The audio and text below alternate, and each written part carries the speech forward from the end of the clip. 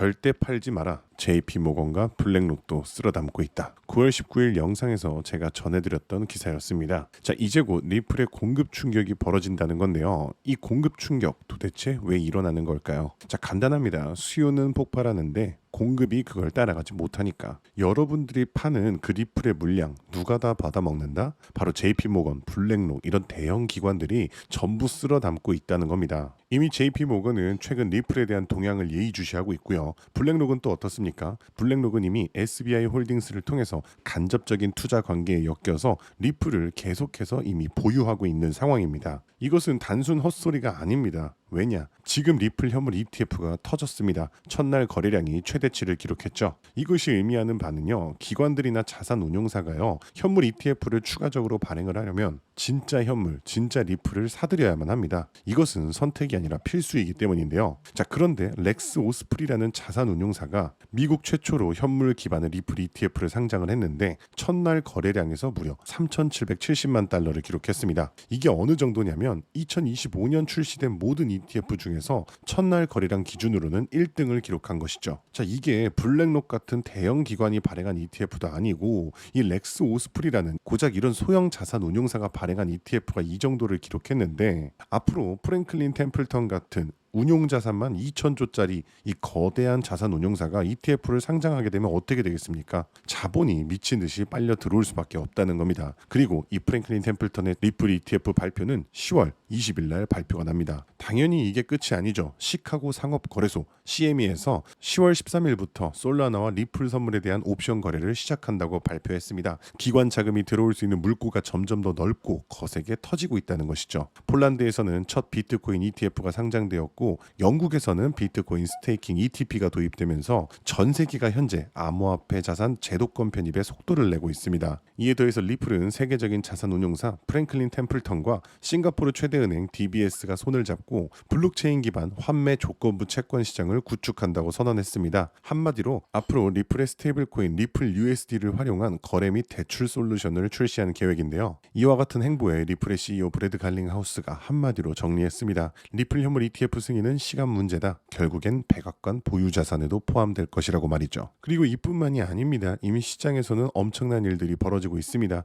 SEC에서 그레이스케일의 복합 코인 ETF를 승인해 주었습니다. 그레이스케일이 어떤 곳입니까? 언제나 알트코인의 옥석을 가려내는 데 중요한 지표로 사용하면 좋은 곳입니다. 전통사들이 코인 매집을 안 할 때에도 코인판에서 최대의 투자 신탁사가 바로 그레이스케일이었죠. 그레이스케일이 매집한다고 하면은 그 종목은 언제나 높은 상승을 보여주었습니다. 그런데 이번에 그런 그레이스케일에서 리플을 포함한 ETF를 출시시켰다는 것이죠. 이게 그리고 지금 승인이 됐다는 겁니다. GDLC라고 해서 그레이스케일에서 발행하는 지표가 있습니다. 그레이스케일 디지털 라지캡 펀드. 여기에 리플이 포함되어 있다는 것이죠. 게다가 이 펀드가 상장되는 곳은 뉴욕 증권거래소 아르카입니다. 전 세계에서 가장 큰 증권거래소이고요. 그래서 결국에 JP모건과 블랙록 같은 거대 기관들까지도 현재 이러한 상황 속에서 리플을 싹쓸이하고 있다는 것이고 현물 ETF라는 엄청난 자금 유입 통로가 열리기를 기다리고 있습니다. 여기에 리플을 예치만 해도 연 7.5%의 보상을 주는 디파이 서비스까지 등장했죠. 수요는 지금 현재 폭발 직전인데 공급은 씨가 마르기 시작했습니다. 이게 바로 공급 충격의 전조라는 겁니다. 그러면 이제 리플의 정답이 나왔습니다. 기관뿐만 아니라 전 세계의 모든 금융처가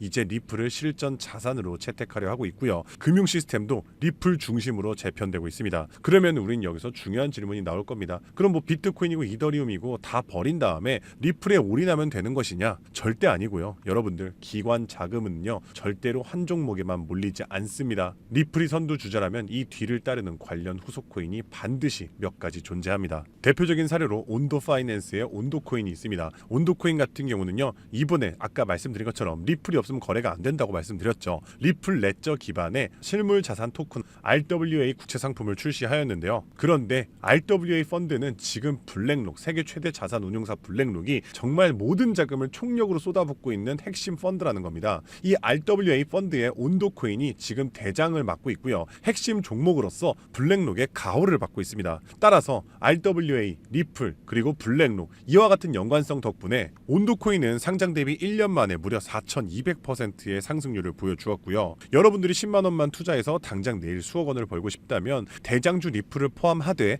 바로 이러한 리플 관련 후속 코인들을 몇 가지 담아서 분산 투자하셔야 된다는 겁니다. 지금 이 기회를 놓치신다면 또다시 다음 상승 사이클인 4년을 기다려야 할지도 모릅니다. 자, 그렇다면 우리가 어떻게 해야 이런 온도코인 같은 리플 관련 후속 종목들을 찾아서 큰 돈을 벌 수 있는 걸까요? 지금부터는 아무도 알려주지 않는 단 6개월 10만 원만으로 5억을 만들었던 트레이더가 공개하는 월가의 비밀 노트를 공개하겠습니다. 제가 알려드릴 이 방법은 연수익 30억을 찍는 현직 미국 퀀트 트레이더들과 뉴욕 헤지펀드 이사진들만 내부용으로 사용하는 절대 기밀 매뉴얼입니다. 유튜브나 인터넷에서 검색을 해보아도 자산 운용사들의 보고서에도 심지어 글로벌 금융업계 세미나에도 단 한 줄도 나오지 않는 정보인데요. 이 영상에 투자할 단 몇 분 그 안에 잡지 못하면 기회는 사라집니다. 그럼 시작하겠습니다. 먼저 지난 10년 동안 비트코인의 연평균 수익률은 S&P 500을 40배가량 앞질른 지 오래입니다. 숫자만 보아도 전통 자산과는 완전히 다른 판이 펼쳐지고 있죠. 당장 올해 1월만 하더라도 미국에서 스팟 비트코인 ETF가 출시되자마자 400억 달러가 넘는 자금이 몰렸고 지난 2024년 한 해 스테이블 코인 결제액이 27조 달러를 넘기면서 비자와 마스터카드의 연간 처리 액수를 합친 규모를 추월했는데요. 이로써 암호화폐의 고질적인 의문 부호였던 코인은 실사용이 없다라는 오래된 편견 또한 사라지면서 이제 코인 시장은 그 어느 때보다도 역대급으로 커져가고 있습니다. 실제로 비트코인이 본격적으로 대중에게 알려진 2017년만 하더라도 이미 단돈 50만 원으로 4개월 만에 1억 원으로 불린 사례가 있었고요. 2022년에는 57만 원만으로 10억을 만든 투자자가 있었으며 작년 2024년에는 소액만으로 15억을 만들어 대박을 낸 공무원의 사례도 있었습니다. 더욱이나 2025년에는 미국의 대통령마저 코인으로 1조 원 가까이 수익을 내면서 현재에도 코인 투자만이 서민과 재벌의 경계를 허무는 유일한 해답이 되었다는 건데요. 단돈 만원, 5만 원만 제대로 된 코인에 투자해도 하루 만에 단칸방에서 한강뷰 아파트로 이사갈 수 있다는 말이 이제는 농담이 아니라는 겁니다. 그럼에도 불구하고 우리 주변을 둘러보았을 때 코인 투자로 수억대의 부자가 된 사람들을 찾아보기 어려운 이유는 도대체 무엇일까요? 그것은 아직도 비트코인, 이더리움, 리플 같은 이제는 몸집이 너무나도 커져버린 메이저 종목에만 몰리는 군중심리 때문이라는 겁니다. 실제로 2021년 비트코인이 신고점을 갱신했을 때 국내 업비트 거래소 기준 그해 가장 높은 상승률을 기록했던 코인은 1위 디센트럴랜드가 4000% 상승을 했고요. 2위로는 보라코인이 2385% 상승, 3위의 칠리즈 코인이 2078% 상승을 기록하며 2021년 가장 높은 폭등을 보였던 종목으로 뽑혔습니다. 한마디로 상승장에서의 수익률은 비트코인, 이더리움, 리플이 아니라 바로 위에 세 가지 중소형 종목들이 더 높았다는 겁니다. 그럼 여기서 질문이 하나 생깁니다. 저런 아무도 모르는 폭등 종목은 도대체 어떻게 찾느냐란 말인데 현재의 코인 투자는 3천만 개가 넘는 코인 종목 중 하나를 무작정 집어드는 게 아니라 오로지 기관 자금 전용 게이트를 통과한 코인만 담아둬야 한다는 겁니다. 즉 미국의 대형 기관들이 매집하는 주도 섹터와 그 테마를 따라가야 한다는 말인데요. 2021년까지의 암호화폐 시장은 개인 투자자들의 투기판이었다면 2025년의 시장은 기관 자금이 곧 가격인 구조로 전환이 되었습니다. 실제로 기관 참여가 본격화된 현물 비트코인 ETF는 출시 16개월 만에 400억 달러가 넘는 순유입을 기록했고요. 운용 자산만 1경 6천조를 굴리는 세계 최대의 자산 운용사 블랙록은 자사의 비트코인 ETF IBIT를 출시하기 위해 비트코인을 쓸어담기 시작했으며 그들의 비트코인 보유량은 현재 기준 비트코인의 창시자 사토시 나카모토에 이어 2위를 기록했고 2026년에는 보유량 1위를 전망하고 있습니다. 한마디로 비트코인의 가격을 쥐고 흔드는 것은 더 이상 개인 투자자들의 작은 투자금이 아니라 이처럼 대형 기관 블랙록의 자금 운용 방향이 결정한다는 것입니다. 한마디로 블랙록의 결정 없이는 단 하루라도 가격이 오를 수 없다는 뜻이고요. 자, 그럼 이제 진짜 중요한 포인트가 남았죠. 이제 코인 시장 대형 기관이 주도한다는 건 알았는데 블랙록 같은 거대 기관이 투자하는 다른 코인과 다른 테마는 무엇이냐는 겁니다. 아시다시피 대형 기관들은 절대로 한 종목, 한 테마에만 자금을 투입하지 않습니다. 그래서 오늘 영상의 핵심 주제이자 2025년 올 한 해 기관들이 가장 치밀하고 거대하게 준비 중인 테마 바로 실물 자산 토큰화, 토크니제이션, 다른 말로는 RWA가 되겠습니다. 여기서 말하는 실물 자산 토큰화에 대해 간단히 설명해 드리자면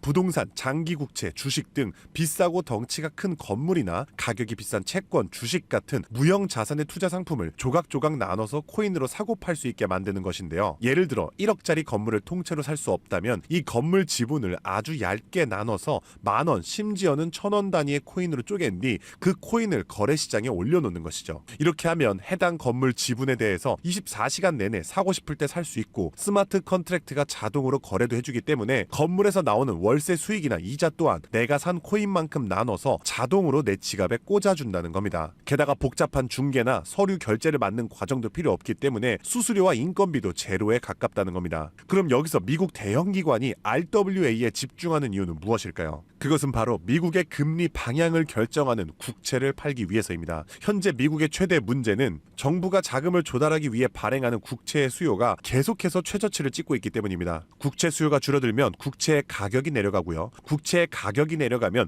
금리 상승으로 이어져서 경제 전반의 부담이 커지는 것이죠. 따라서 금리 인하를 바라는 트럼프 대통령 또한 국채의 판매 부진을 해결할 방법이 필요했기 때문에 SEC 또한 토크나 채권 주식 전면 지원 의사를 밝히면서 RWA 규제 장벽을 허물 것을 지시했다는 겁니다. 그리고 이러한 RWA에 막대한 자금을 퍼붓고 있는 곳이 바로 세계 최대 자산 운용사 블랙록입니다. 달러, 국채, 부동산 등을 코인으로 살 수 있는 비들 펀드를 출시하자마자 한 달 만에 자산 가치 2조를 달성하며 200% 상승을 기록했는데 이 비들 펀드에 포함된 코인으로는 이더리움을 시작으로 무려 11억 이상 매수를 하였고요. 이 덕분에 이더리움의 가격도 수직 상승을 기록했었습니다. 뒤이어서 비들 펀드에 포함된 폴리곤이 한 달 만에 102% 급등, 아발란체가 한 달 만에 85% 급등하면서 사상 최고가를 달성했었고요. 앱토스는 무려 보름 만에 440%의 급등을 기록했었습니다. 심지어 가장 최근에 온도 코인 또한 블랙록의 비들 펀드에 추가되면서 엄청난 규모의 투자를 받자마자 1년 만에 초기 상장 대비 4200% 이상의 상승률을 기록했다는 겁니다. 정말 놀라운 사실은요. 블랙록이 리플 ETF를 출시하려고 한다는 뉴스가 나오는 이유 또한 블랙록의 비호를 받고 있는 온도 코인이 리플 레저 토크나 펀드에 투입되기 때문입니다. 즉 지금 화제가 되고 있는 리플 ETF도 결국 블랙록의 RWA 비들 펀드의 계획 속에 있다는 것이고요. 그럼 이제 정답이 보이시죠? 맞습니다. 이제부터는 현직 미국 퀀트 트레이더들과 뉴욕 헤지펀드 이사진들이 몰래 담고 있는 블랙록 비들 펀드에 추가될 코인 종목들을 미리 선점하셔야 합니다. 이 연관성만 잘 추적하면 앞으로 어떤 종목이 오르는지 찾는 것은 정말 어렵지 않습니다. 그래서 오늘 제가 알려드릴 이 종목은 6개월에 걸쳐 분석한 끝에 찾아낸 비밀스러운 종목인데요. 온도 코인과 리플보다도 더 큰 폭등을 기록할 것으로 전망되고 있는 블랙록의 토크나 프로젝트 비들 펀드의 가장 큰 비중으로 편입될 코인이며 이번에 트럼프 대통령의 장남인 도널드 트럼프 주니어가 온도 파이낸스가 주최한 RWA 행사에 참석하며 함께 개발에 투자를 시작한 코인이라는 점에서 더욱 주목할 만합니다. 게다가 블랙록의 RWA 펀드 기획 문서를 살펴보면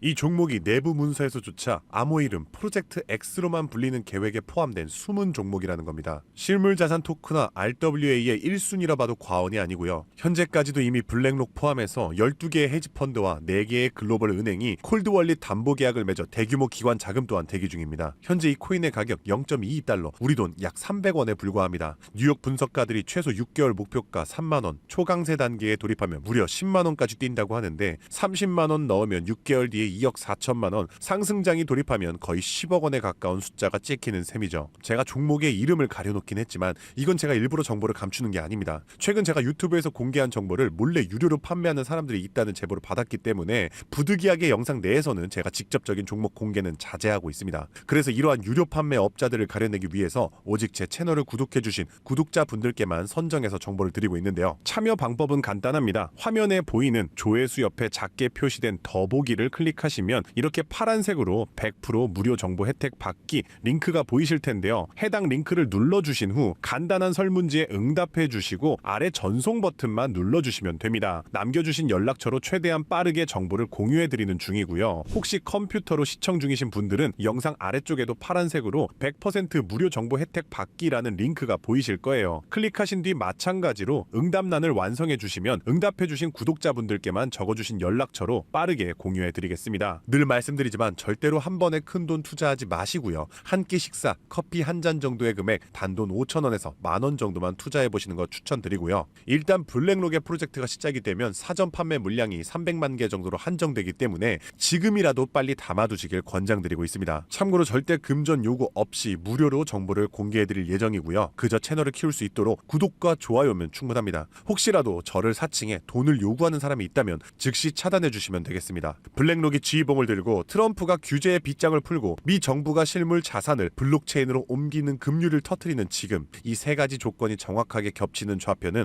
바로 토크나 프로젝트 RWA 하나뿐입니다. 30만원으로 9억 원을 노릴 수 있는 마지막 기회, 그 문이 닫히기 전에 여러분들이 잡으시길 바라겠습니다. 오늘도 시청해주셔서 감사드리고요. 있고요. 저는 다음에도 오늘처럼 좋은 정보로 찾아뵙겠습니다. 감사합니다.